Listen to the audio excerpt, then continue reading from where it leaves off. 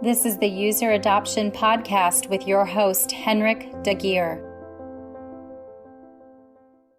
Who are you and what do you do? My name is Dan Ennis, and I am a Senior Customer Success Manager and Team Lead on the Scale Customer Success team at Monday.com. Dan, how are you involved with user adoption? Great question, Henrik.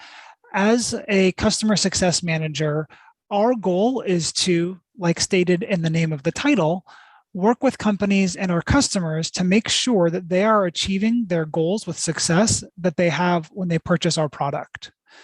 That relates to user adoption because it's very hard, if not impossible, for companies to achieve their desired goals successfully if the users aren't adopting and actively using our product.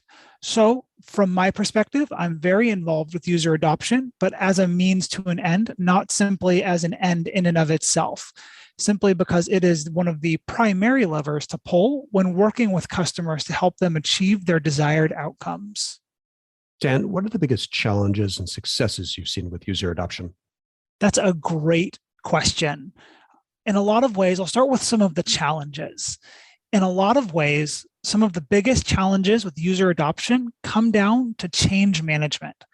With any new product or process that's being implemented, there is a change that is being asked of the end user typically to begin using a new product. It's rarely resulting in a one-to-one, the exact same circumstance, just with a slightly different look. Otherwise, they wouldn't have made a change to purchase our product. So one of the challenges that comes is with change management, helping people buy in organizationally to making the change and using a new product, or in our case, using Monday.com. So the challenge there is working with employees to be able to see why they should make this change. Another challenge that can come for user adoption is organizationally, if there is not any sort of top-down requirement to use a new product, sometimes that results in a challenge where users then have a hard time feeling like they need to do something or need to make certain changes. So that's one of the big challenges that goes hand in hand with change management.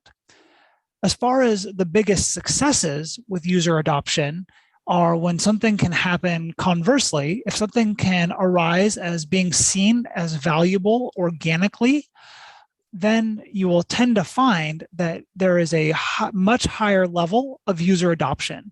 You'll find that users are excited to use something that they themselves see the value of, and that their colleagues are organically spreading the word about, so to speak.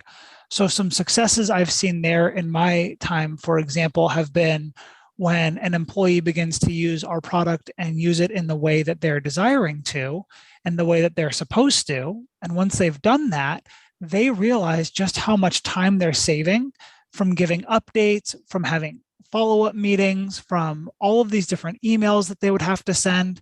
And so when we've worked with employees to help someone buy in and understand that, it can spread like wildfire for other employees because they realize the way that somebody else's bandwidth has been spared, the way that somebody else has a lot more wiggle room to do the things that they care about and that they want to do. So in that case, we find a lot of success there when you help employees understand and see the value of the product for them. Dan, what would you like to share with people working on improving user adoption? Great question. I would say there are two primary things.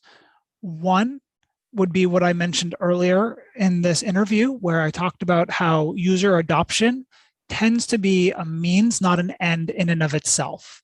So if you are only working on user adoption as an end in and of itself without using it as a means to some other broader goal, you'll end up pursuing user adoption for its own sake, which can lead to you having a very hard time articulating the value of why users need to adopt your product, why users need to want to jump in and begin using the tools that you're offering them. So you'll want to focus on what the user adoption is leading to. Is it if these users are using your platform that they're going to be able to save more time, that the company will be able to move off of a redundant software platform? Is it that they will be able to get rid of a meeting that they don't like having? Is it that they will be able to turn around their projects to customers that much quicker so that the employees are then getting to have much greater efficiency? What is it that the user adoption will lead to? Because then you can lead with value. So that's the second thing, really, is when you're talking about user adoption, don't think about it in just a product-centric perspective of what do you want to get out of it for your product, but think about user adoption from an end user value perspective first. Why would the end user want to use the product? Why would the end user want to adopt your solution, tool, new process, fill in the blank? So if you're thinking about it from their lens, and you can focus on the WIFM, the what's in it for me that the end user would be experiencing, then it makes it a lot easier for you to come up with strategies for user adoption that will actually resonate. Because you're not just thinking, I want them to use it because my product's really great, or I want them to use it because I want user adoption to grow.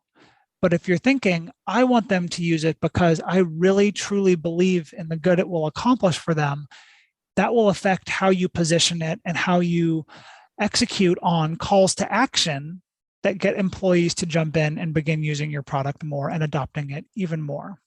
And Dan, where can we learn more about user adoption and your work on the subject?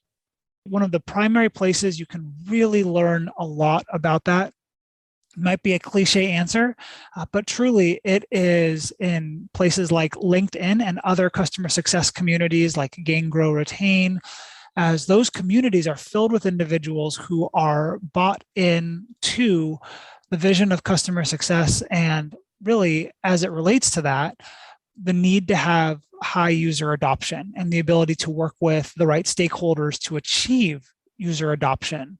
So those kinds of communities, and that's where I put a lot of my work out. You'll see that a lot of my content on LinkedIn that I post is related to how we get users to adopt. That would be the first place I would recommend. Great. Well, thanks, Dan. Thank you, Henrik. I really appreciate you bringing me on today. For more on this, visit useradoptionpodcast.com. Don't forget to please subscribe, rate, and review.